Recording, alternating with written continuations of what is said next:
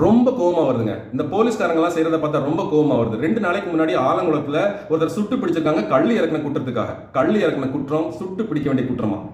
சாத்தாங்குளத்துல அப்பாவியும் பிள்ளையும் 9 போலீஸ்காரங்க போலீஸ் ஸ்டேஷன்ல வச்சு அடிச்சே கொண்டிருக்காங்க. நம்ம எல்லாருக்குமே தெரியும்.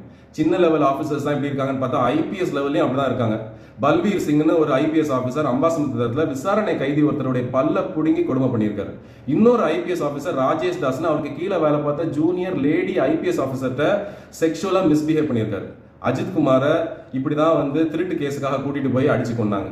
இந்த போலீஸ்காரங்களுக்கு ஏதோ ஒரு மன ரீதியான பிரச்சனை இருக்கு. இவங்களுக்கு இருக்கிற அதிக ஒர்க் பிரஷர் தான் இதுக்கு காரணமா? மேலதிகாரிகளுடைய பிரஷர் தான் இதுக்கு காரணமா? அல்லது ரொம்ப நேரம் இவங்க வேலை செய்யறாங்களே அதனால வந்த விளைவுகள் தான் இதுவா? அல்லது அவங்க மனைவி பிள்ளைங்கள் கூட டைம் ஸ்பெண்ட் பண்ணாம, அவங்க நட்பு வட்டாரங்கள் கூட அவங்க டைம் ஸ்பெண்ட் பண்ணாம அவங்க மனசெல்லாம் ரொம்ப இறுகி போய் இருக்குதா? இதை எப்படி சால்வ் பண்றது? நம்ம கோவப்படுறதுனாலயோ வருத்தப்படுறதுனாலயோ எந்த விதமான மாற்றமும் வரப்போறது கிடையாது. ஐடி ஊழியர்கள் மாதிரி இவங்களுக்கு 8 மணி நேரம் வேலை கொடுங்க.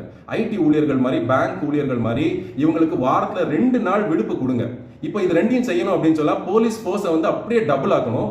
கண்டிப்பா புது ரெக்ரூட்மெண்ட்ஸ் பண்ணுங்க, டபுள் ஃபோல்ட் ஆக்குங்க, so that the pressure is distributed among other policemen.